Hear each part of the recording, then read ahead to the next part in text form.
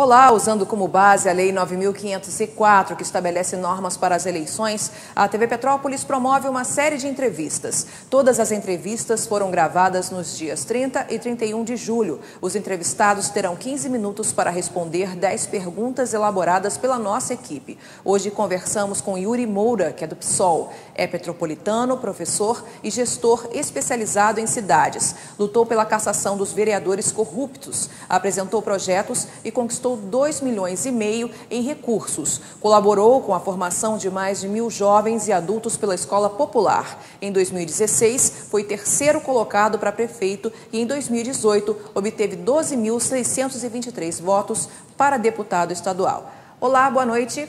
Cronômetro na tela. A primeira pergunta: o que pensa para a retomada econômica da cidade no pós-pandemia? Boa noite, Luciane, e todo petropolitano e petropolitana que nos assiste, sabendo que as coisas podem mudar na nossa cidade, que Petrópolis pode voltar a ser lembrada por aquilo que importa, que são suas belezas, sua história, o seu povo que é capaz, que trabalha, e com certeza nós vamos voltar aí a ser referência para o Brasil e para o mundo. Luciane, eu tenho falado o seguinte, que a gente precisa de 3 caminhos fundamentais para fazer com que Petrópolis volte a ser o que merece ser. Uma delas, de fato, é a questão econômica. Eu tenho dito que Petrópolis tem que ser um município de oportunidades, que a gente precisa gerar emprego, gerar bons empregos. Só que para isso não dá para acreditar em candidato A ou candidato B, que diz que tem uma grande salvação. Uns falam que vão trazer as indústrias de volta, os outros falam que vão trazer novas empresas para a cidade, mas a gente percebe que em nenhuma dessas falas, ou em nenhum dos governos que por aqui passaram, existe um foco no planejamento. E qual é o planejamento que a gente propõe? Primeiro é seguir a lei, é seguir o plano diretor, que fala que Petrópolis precisa ser um plano municipal de desenvolvimento econômico. E esse plano tem que ter um caráter muito técnico. E o que é isso? Articular os setores e as vocações que a nossa cidade tem. Então, quando eu falo que não basta dizer que vai trazer indústria, é porque a salvação da economia de Petrópolis não está só no setor. A gente precisa entender tudo aquilo que a gente é bom, tudo aquilo que a gente produz e articular para poder gerar emprego e renda. E aí, dentro desses setores, nós do PSOL apontamos 2 estratégicos. O primeiro é a tecnologia. A tecnologia é marcada por bons empregos, por boas carreiras e tem tudo a ver para uma cidade como a nossa, que está próxima do Rio de Janeiro, que tem qualidade de vida, que possui 5 universidades públicas e já instalado na cidade um parque tecnológico como temos em Pitandinha. Você tem o Serratec, que articula Petrópolis, Friburgo e Teresópolis, com cerca de 3.000 empregos diretos e indiretos. O que o município tem que fazer é sentar com esse setor, aproveitar tudo isso que já tem de elementos para contribuir com essa área e criar o ambiente necessário. E aí a gente fala que é fundamental melhorar a infraestrutura do município. De forma resumida, como a gente faz isso? Petrópolis não pode ser a cidade dos buracos. Petrópolis não pode ser a cidade na qual a passagem é uma das mais caras do Brasil, a passagem de ônibus, e nós não podemos ter no meio do caminho um estorvo como a Conserta. O governo municipal, o prefeito que estiver na chefia do executivo da cidade, precisa ter coragem para tirar a Conserta do caminho do desenvolvimento de Petrópolis. Dentro desse plano de desenvolvimento econômico e social, porque tem que ter o viés social, a gente coloca também a economia criativa, que junto da tecnologia são setores que acabam incentivando, que acabam influenciando e impactando em outros, como é o caso do comércio e o caso dos serviços. Então, se a gente tiver tecnologia e economia criativa fortalecidos, o incentivo para os pequenos e para os médios, a prefeitura criando infraestrutura na cidade para isso, nós vamos gerar muito emprego. E o que é economia criativa? Que pouco se fala na nossa cidade. Eu estou falando desde a moda, do que a gente produz na Rua Tereza, do que a gente tem em forma de moda de Kungen, na 16 de março, na Avenida Itaipava, que é simplesmente a prefeitura conseguir vender esse produto para fora. Eu acho um absurdo você chegar no aeroporto do Galeão, que está a menos de 50 quilômetros daqui, você chegar no Santos Dumont e não ter uma simples divulgação dos produtos de Petrópolis. Isso tem que acabar. E partindo da moda, falando de cerveja para outras áreas importantes, como é o audiovisual. Olha só o exemplo da TV. A gente tem aqui quantos empregos gerados. Petrópolis é cenário para filme, seriado, novela, só que o poder público tem que incentivar o audiovisual, a moda, a cerveja, o artesanato, a produção do conhecimento, como eu disse, Tudo isso, economia criativa e tecnologia, serão impulsores estratégicos dentro do nosso plano de desenvolvimento econômico para cativar também esse tipo de evolução em setores como comércio e serviço. E aí, para não ficar só na pauta da economia, eu queria chamar a atenção para uma outra coisa, que é importantíssima. A nossa cidade é extremamente centralizada. Como assim centralizada? O nosso centro histórico se confunde com o centro urbano. O petropolitano está acostumado a falar assim, vou lá fora, vou lá na avenida, vou na cidade resolver alguma coisa. Porque a maior parte dos serviços, das políticas públicas e do setor produtivo se encontra no centro da cidade. E isso é muito comum. Por quê? Demonstra que os governos não tiveram o olhar para o comércio de bairro, ou seja, incentivar ali a lojinha de celular, o salão de cabeleireiro, o restaurante, a padaria, o açougue, e focam apenas no centro histórico. Isso, do ponto de vista econômico, é um erro absurdo, porque você gera favorecimento para os grandes. É o caso dos especuladores imobiliários de Petrópolis, que cobram um aluguel altíssimo dos comerciantes no centro histórico. Então, quando a gente começar a descentralizar os serviços públicos, a incentivar os comerciantes e empresários de bairro, isso também vai gerar emprego. E aí tem que tomar uma decisão muito correta e muito firme, que ao invés de dar incentivo para supermercados de fora, para redes que levam o dinheiro da cidade, nós temos que ajudar esses pequenos. Para cada grande rede de supermercado instalada em Petrópolis, que prefeitos dizem que está gerando emprego, a gente quebra 4 comerciantes. A gente quebra a padaria, quebra a açougue, quebra a mercearia e outros que fazem algum tipo de venda. Então é inverter a lógica, tanto da cidade centralizada para uma cidade que valoriza distritos e bairros, como a lógica de dar incentivo para grandes redes de fora, ao invés de ajudar e dar apoio para os pequenos e médios comerciantes, para os autônomos, para o microempreendedor individual da cidade. Nós temos que olhar para essas pessoas. São essas pessoas que moram aqui, que gastam o seu dinheiro aqui e que fazem a nossa economia rodar. Então, num resumo, e aí em 7 minutos, mais ou menos, eu fui do plano de desenvolvimento econômico até o incentivo no comércio local. Tudo isso junto é proposta sólida, não é promessa vazia. Em âmbito nacional, houve um aumento significativo nos casos de violência doméstica e feminicídio, o que pretende manter e ampliar no cuidado das mulheres.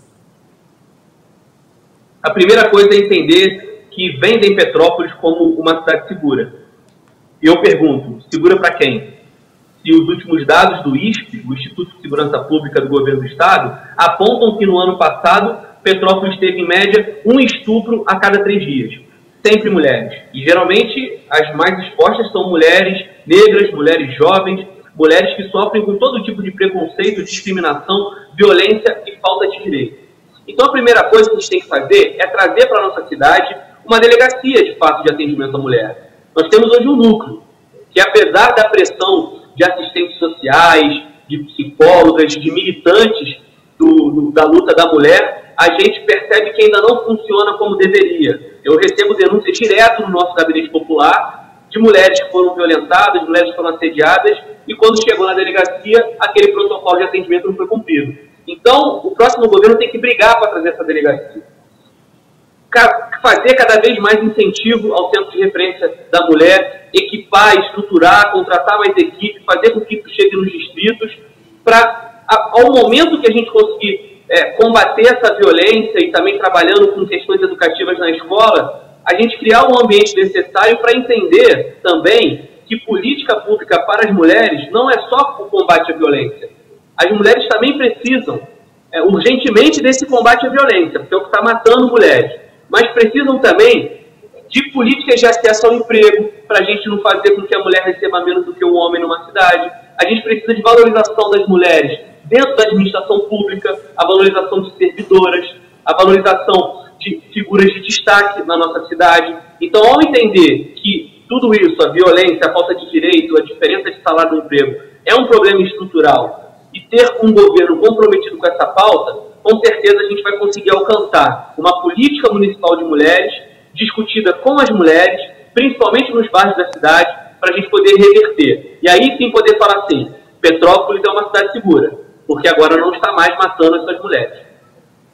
A pauta LGBTQIA+, cresce a cada dia. Petrópolis tem um histórico de agressões e assassinatos. Como você vai mudar esse panorama?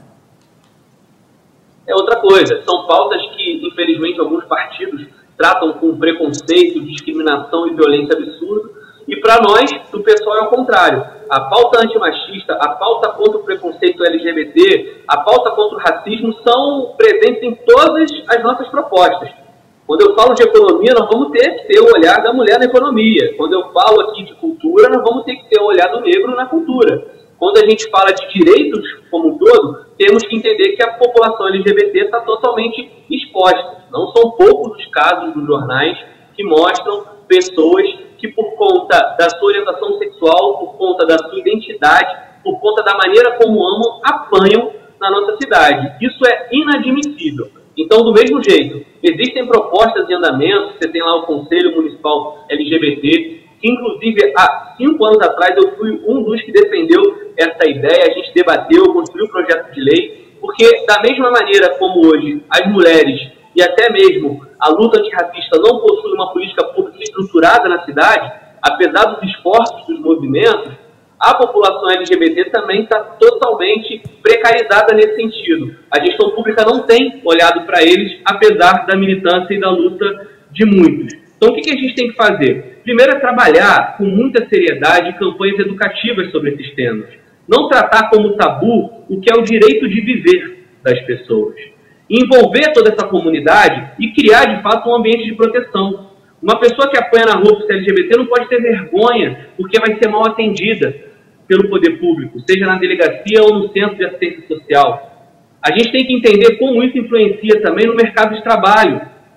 Como a população LGBT tem essa dificuldade de trabalhar na cidade, porque muitos têm um pensamento conservador e preconceituoso e não olham o ser humano em toda a sua plenitude. Então, as pautas LGBTs, elas precisam ser estruturadas também dentro de uma política ampla, debatida com o segmento e que envolva debate de conscientização, acesso a emprego e renda e formas de acolhimento para que a nossa assistência social, a nossa segurança pública possa lidar com esses casos de violência. No que diz respeito à cultura, no ano de 2020 foi péssimo para artistas e toda a cadeia de produção. Uma lei de incentivo e fomento à cultura local faz parte da sua plataforma? De que maneira? Exatamente, Luciane. A primeira coisa é que a lei tem que ser cumprida. Eu já fui conselheiro municipal de cultura, fiz parte há 10 anos atrás, da formulação do Plano Municipal de Cultura e até hoje ninguém cumpriu o plano. Foi um esforço absurdo de todo o setor e entra ano, sai ano, você vê que os recursos do Fundo Municipal de Cultura, que deveriam subsidiar esse plano, não são disponibilizados da maneira correta. Pelo contrário, a gente entra numa lógica só de grandes eventos. E aí eu quero dizer que eu adoro a Bauerfest, que eu adoro todos os eventos turísticos de Petrópolis, e eles são fundamentais para a economia. Mas eles não são a política de cultura que a gente quer, porque eles não trabalham com cultura de base. Os trabalhos de cultura de base estão ali no plano. O que o próximo gestor tem que fazer é respeitar o Conselho Municipal, é respeitar esse plano e garantir os recursos através de editais para que esse plano seja cumprido. E aí qual vai ser o nosso foco? Cultura de bairro. Nós temos que ter esses projetos nas associações de moradores, nós temos que ter um calendário nas praças públicas, nós temos que ter um calendário permanente nos equipamentos de cultura da cidade. Por que toda segunda-feira não é o dia de teatro no Teatro Dom Pedro? Por que toda sexta-feira não é o dia de cinema no Cine Humberto Mauro? Por que toda quarta não é o dia da dança lá no Céu da Posse? Porque não tem essa preocupação com a cultura enquanto direito, com a cultura enquanto base, que envolva produtores e artistas e todo esse setor. Agora, junto da valorização do plano, a gente quer trazer, na verdade, reviver uma ideia que deu muito certo no estado do Rio de Janeiro, que na época do governo do Brizola chamavam de animadores culturais, que ainda existem no nosso estado. Nós queremos criar os agentes de cultura, que é o quê? Para além de cumprir o Plano Municipal de Cultura, é contratar trabalhadores da cultura para criarem oficinas, cursos, todo tipo de atividade cultural nas escolas, nas praças e nas comunidades. Ou seja, é pensar a cultura como um caráter permanente e não só como eventos turísticos. Essa confusão tem que acabar. Uma coisa é uma coisa, outra coisa é outra coisa. E cultura é para a vida toda. Nesse ano de 2020, a educação pública sofreu com as questões das aulas à distância. Quais os seus quais os seus planos de recuperação educacional para a educação infantil, ensino fundamental e médio? Perfeito. É importante dizer que até o quadro econômico da nossa cidade é influenciado pela pouca formação que nós damos para os nossos jovens, adultos e adolescentes. Petrópolis está abaixo da média do IDEB, tanto para os anos iniciais do ensino fundamental, como para os anos finais. Isso quer dizer que a gente entrega o município, que tem aí das suas 183 unidades, o foco no ensino fundamental e na educação infantil, só o liceu provém ensino médio, mas quer dizer que o município entrega para o ensino médio, para o mercado de trabalho, um jovem muito mal formado. E isso, gente, não é culpa do funcionalismo público, porque existem educadores e educadoras que se esforçam diariamente. O que falta é investimento e planejamento. Para quê? Para implementar, de fato, a educação integral. E aí não é só em tempo, é integral mesmo, com cultura, com esporte, com capacitação técnica na escola. É valorizar os profissionais cumprindo o PCCS e simplesmente fazer com que a escola seja um local de convívio com a comunidade e não um departamento de pessoas. Eu quero agradecer a sua participação, lembrando que as regras são 10 perguntas em 15 minutos e eu conversei com o Yuri Moura, do PSOL, Luciane Fortunato, para o Jornal Panorama.